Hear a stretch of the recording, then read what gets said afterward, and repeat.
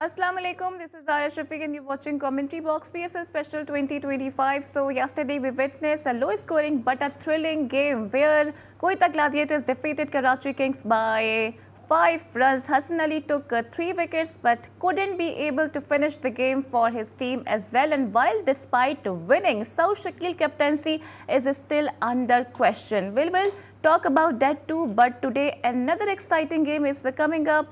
It's Multan Sultan versus Lahore Qalandar at the Qaddafi Stadium, and we will ask our panelists who they think will win. So let's begin our discussion, and today I am joined by cricket analyst Asghar Azim. Asghar, welcome to the show. Hope you are doing great. Thank you. Asghar, क्या लगता है आपको, कल कराची ने match बिल्कुल जीतते जीतते हार दिया? ज़ारा, कल के मैच का तो मुझे भी यकीन नहीं आ रहा। इतना लो स्कोरिंग मैच था और कराची किंग को मैच जीतना चाहिए था। यकीनी तौर पर जीता हुआ मैच भी था उसका, और मैंने गुज़िश्ता रोज़ कहा था जाते जाते कि कोयटा जो है वो मैच जीत जाएगा। लेकिन मैं खुद पहली इनिंग के बाद ये सोच रहा था कि कोयटा कैसे जीतेगा और मुझे यकीन नहीं आ रहा था। लेकिन जब रिज़ल्ट फाइनल हुआ तो फिर मैच कोयटा जो है 5 रन से जीत चुका था। लेकिन कराची किंग को अब बड़ी खामियां सामने आई उसमें ना। अगर मैं विकेट का कसूर कहूँ तो फिर तो लो स्कोरिंग मैच ही था।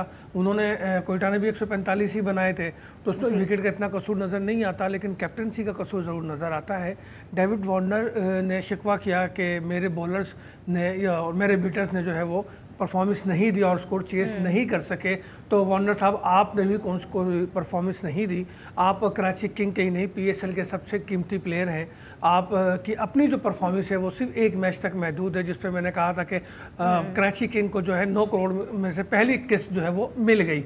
लेकिन फिर आप खुद अगर नहीं परफॉर्म करेंगे, देखिए क्रिकेट वो खेल है जिसमें कैप्टन का परफॉर्म करना, वो बेटर है या वो बॉलर है, वो बहुत अहम है, बहुत ज़रूरी है। उसके वजह से उसकी टीम को बैकअप मिलता है, उसकी टीम की हौसला बढ़ती है और फिर वो खुद लड़ता है। और हमारी तारीख इस बात से भरी पड़ी है। ठीक कहा, डेविड वार्नर शिकवे भी कर रहे हैं, इस पर मैं आपसे बात करूंगी। लेकिन अभी मुझे ज्वाइन कर लिया है इमरान लतीफ़ ने, जो कि हमारे कॉरेस्पॉन्डेंट भी हैं और क्रिकेट एनालिस्ट भी हैं। तो इमरान से मैं क्विकली जान लेती हूँ। इमरान, क्या लगता है आपको, क्या गलतियाँ की कल कराची किंग्स ने?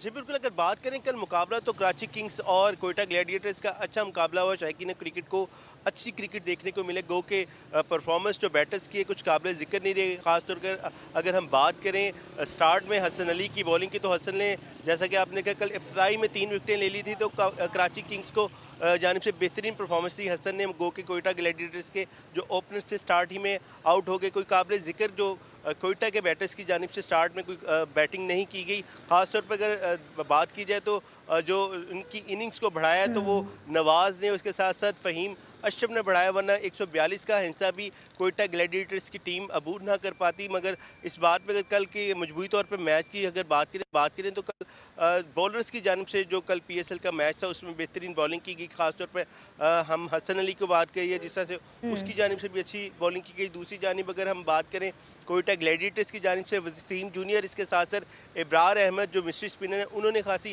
नपी तोली बॉलिंग की। और ख़ासतौर पर T20 में कम इकॉनमी रेट के साथ बॉलिंग करना एक खुशाइन चीज़ होती है, क्योंकि जब T20 में स्कोर रुकता है तो बैटर्स के ऊपर प्रेशर बिल्ड होता है। तो इसी का फ़ायदा कोयटा ग्लैडिएटर्स की टीम को हुआ और उनको बिलाकर कराची किंग्स के खिलाफ फतह नसीब हुई। मगर अगर दूसरी जानिब हम बात करें तो कराची किंग्स की जानिब से ना ही टिम साइफर्ट के सिवा और इसके साथ साथ हसन अली के सिवा कोई भी खिलाड़ी को काबिल ज़िक्र स्कोर भी नहीं कर पाया। मगर मजबूरी तौर पे हम कह सकते हैं कि जो लो स्कोरिंग मैच था, बैटर उस तरह से अपनी परफॉर्मेंस नहीं दे सका। बिल्कुल एक लो स्कोरिंग मैच था, लेकिन ज़बरदस्त डिफेंड किया है कोयटा ग्लैडिएटर्स ने। तो कराची किंग्स ने तो अच्छी बॉलिंग की, लेकिन कोयटा का जो बाउंस बैक था, जो कम बैक था, वो भी बहुत अमेजिंग था। इमरान, मुझे ये बताइएगा, क्या क्राउड सिर्फ और सिर्फ जब बाबर आजम खेलते हैं तभी आता है? बिकॉज क्राउड की थोड़ी कमी नजर आई हमें कल।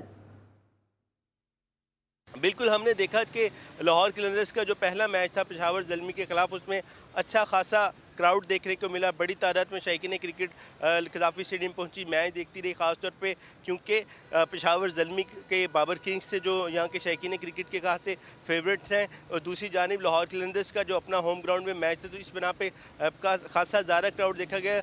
मगर जो कराची किंग्स और कोयटा ग्लैडिएटर्स के मैच में इसकी खासी कमी नज़र आई। तकरीबन बामुश्किल 8 से 10 हज़ार शायकीन क्रिकेट मैच देखने आए थे, क्योंकि जो पहला मैच था यहाँ पे कज़ाफ़ी स्टेडियम में कोयटा और पेशावर ज़ल्मी और लाहौर कलंदर्स का, तो उसमें एक्सपेक्ट ये किया जा रहा था कि 30,000 से ज़ायद शायकीन क्रिकेट ने मैच देखा है, तो तगड़ा क्राउड था। मगर अगर आज के हम मैच की बात करें, जो आज मुकाबला होने जा रहा है मुल्तान सुल्तान का और लाहौर कलंदर्स का, एक तो यहाँ पे विकेट नाइट है, शहरी जो है कामकाज के बाद अपने काम निपटा कर मैच देख रहे हैं। एक्सपेक्ट ये किया जा रहा है कि आज क्राउड बेहतर होगा और लाहौर कलंदर्स को सपोर्ट करेंगे। गो के यहाँ आज के मैच में शायकीन क्रिकेट को बाबर नहीं नजर आएगा, मगर आज भी तवक्को की जा रही है क्योंकि लाहौर कलंदर्स का अपना मैच है। यानी कि एक्सपेक्टेड है कि आज वीकेंड है तो आज क्राउड भी आएगा, लेकिन असगर आपको क्या लगता है कि ये क्या लॉजिक है कि बाबर खेलेंगे तो ही क्राउड आएगा? नहीं, बात बाबर के सिर्फ खेलने की नहीं है, बात यह कि आपके पास स्टार्स नहीं है। अब आपकी टीम में जितनी तेज़ी के साथ तब्दीलियां होती हैं और जिसको आप पीएसएल से स्टार बना के नेशनल टीम में लेके आते हैं, टेस्ट और वनडे खिलाते हैं, वो फ्लॉप हो जाता है। तो आप पिछले कई सालों से स्टार नहीं बना पा रहे। एक बाबर स्टार बना, लेकिन अब मुसलसल उसको नाकामी उसके साथ हो रही थी। लेकिन ये तो अच्छा है कि उसने अब 2 इनिंग तो खेल ली है और ये कुछ कहा जा रहा है कि बाबर जो है इन फॉर्म हो रहे हैं। लेकिन बाबर इन फॉर्म आ रहे हैं और होप करते हैं कि वो अपनी जो फॉर्म है उसे भी जल्द से जल्द रीगेन कर लें। और यहाँ पर मुझे लेना है क्विक ब्रेक, जिसके बाद हम गुफ्तगू के सिलसिले को आगे बढ़ाएंगे।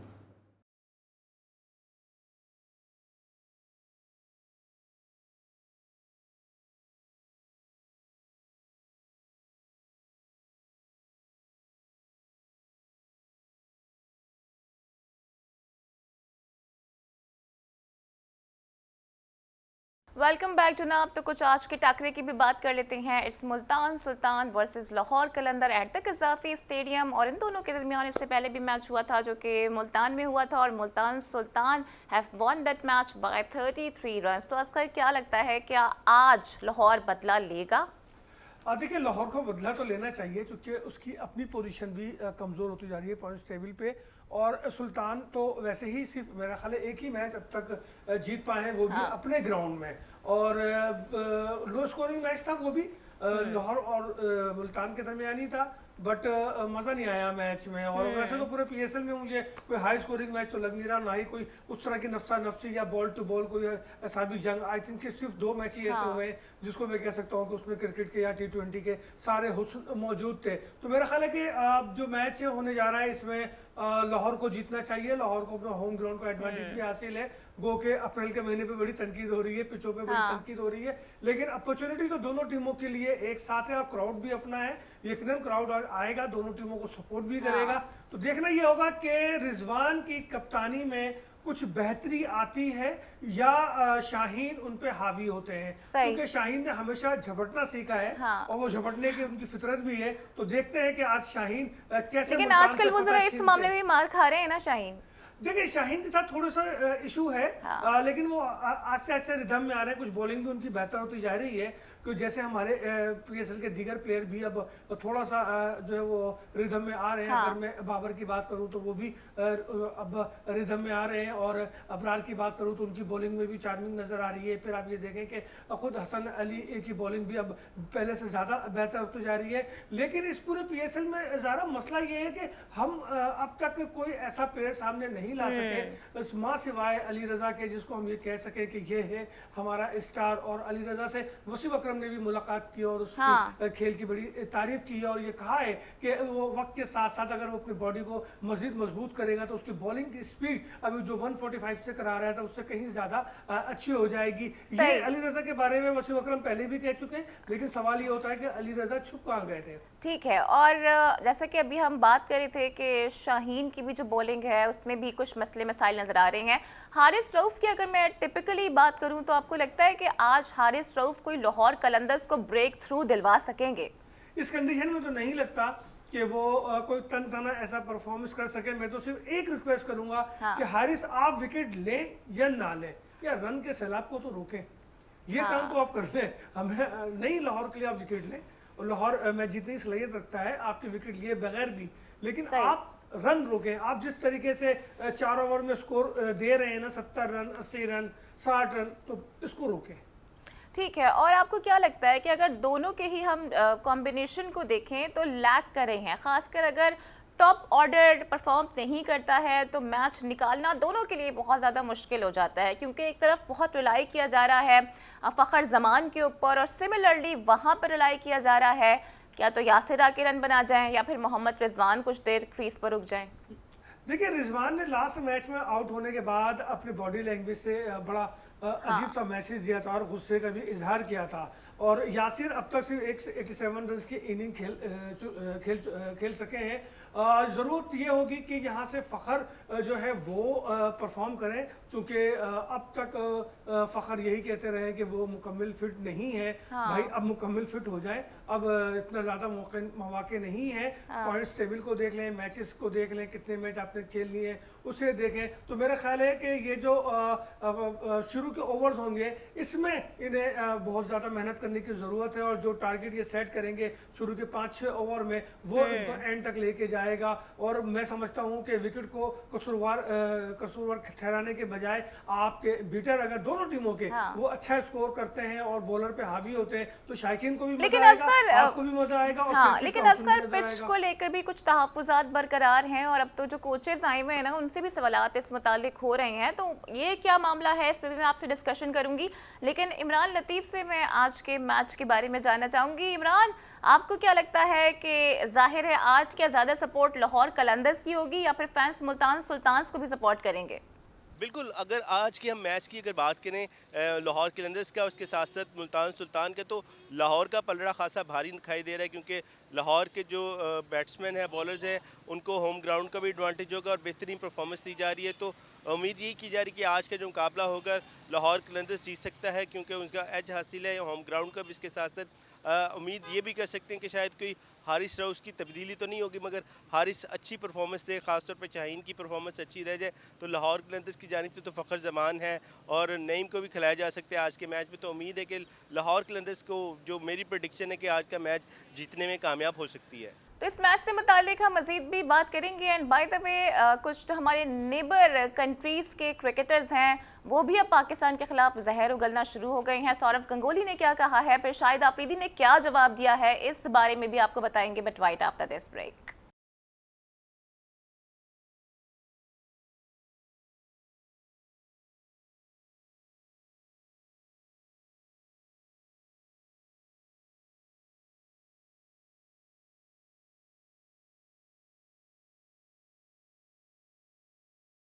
Welcome back to the. तो पहले भारत, उसके बाद बीसीसीआई और अब भारत के फॉर्मर क्रिकेटर्स भी पाकिस्तान के खिलाफ जहर उगलना शुरू हो गए हैं। लेकिन मैं क्विकली पहले बात करना चाहूँगी इमरान लतीफ़ से।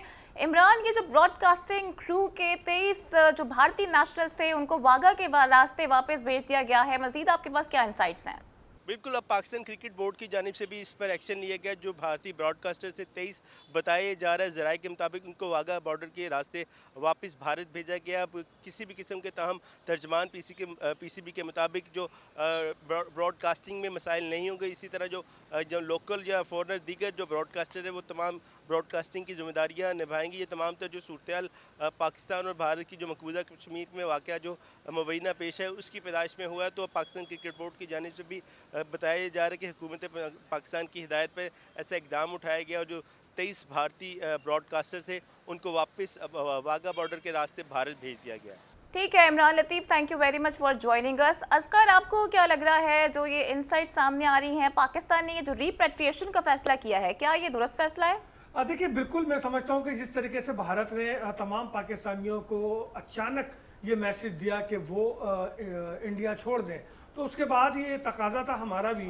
और फिर इंडियन बोर्ड का जो रद्दअमल आया उस पर भी ये तकाजा था कि हम भी उन इंडियन मुलाजमीन को जो ब्रॉडकास्टर के साथ जुड़े हुए हैं उनके वीज़े मनसूख करें और उन्हें जाने के लिए कह दें। 2 दिन कबल ये फैसला हो चुका था, लेकिन आज उनको बाकायदा रुखसत किया गया, बड़े VIP प्रोटोकॉल में उनको लेकर गए और वाघा बॉर्डर को खुसूसी तौर पर कुछ वक्त के लिए ओपन कराया गया ताकि उनकी चेकिंग हो सके, सिक्योरिटी क्लियरेंस हो सके, इमिग्रेशन के मराहिल जो है वो तय किया जा सके। बेहतर है कि हम अपने मुल्क में ही अपने लोगों को इस काम के लिए तैयार करें। ब्रॉडकास्टिंग में हमारे पास बड़ा वसी तजर्बा है और माजी में पीटीवी बड़े बड़े इवेंट को लाइव कवरेज करता रहा है और शाहिदा जो थी वो डायरेक्टर थी वहाँ पे पीटीवी स्पोर्ट्स को देखती थी। मेरा ख्याल है उन जैसे जो है सीनियर्स की जो है खिदमत ली जाए तो मामला बेहतर हो सकता है। सही। और पाकिस्तान ने देखिए अभी तो पेशकश भी कर दी है हमारे पीएम ने कि आप आए, हम आपके साथ थॉरो इन्वेस्टिगेशन करवाने को तैयार है, लेकिन भारत हमेशा अपने सारे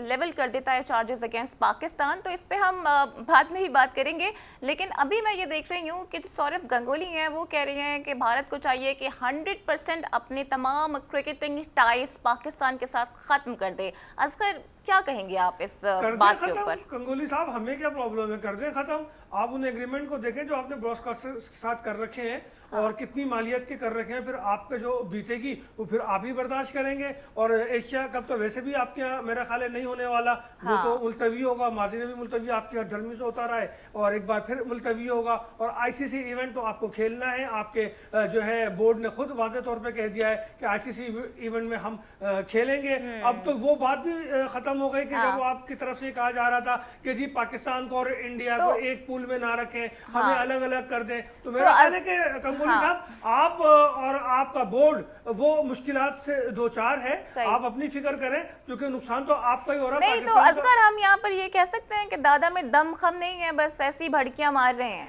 भाई दादा अब वाकई दादा हो गए हैं और जिस उम्र को वो पहुंच गए हैं तो इस तरह की बातें करते रहते हैं, करने दे, कोई बात नहीं, उम्र का तकाजा भी है। हाँ, अच्छा, शाहिद खान अफरीदी ने एज यूजुअल जी बी फिटिंग सा जवाब दे दिया है। वो कह रहे हैं कि भाई खुदा के वास्ते सियासत को और खेल को अलग रखो, खेल से खिलवाड़ ना करो। देखिए, लाला ने जो बयान दिया वो एक पाकिस्तानी की हैसियत से बिल्कुल दुरुस्त बयान है। और हम क्या, हर पाकिस्तानी ये चाहता है और दुनिया के सभी ये चाहते हैं कि खेल और सियासत को अलग अलग रखा जाए। लेकिन इंडियन सरकार और ये जो मोदी सरकार है खासकर, ये जो है वो अपनी हरकतों से बाज नहीं आता।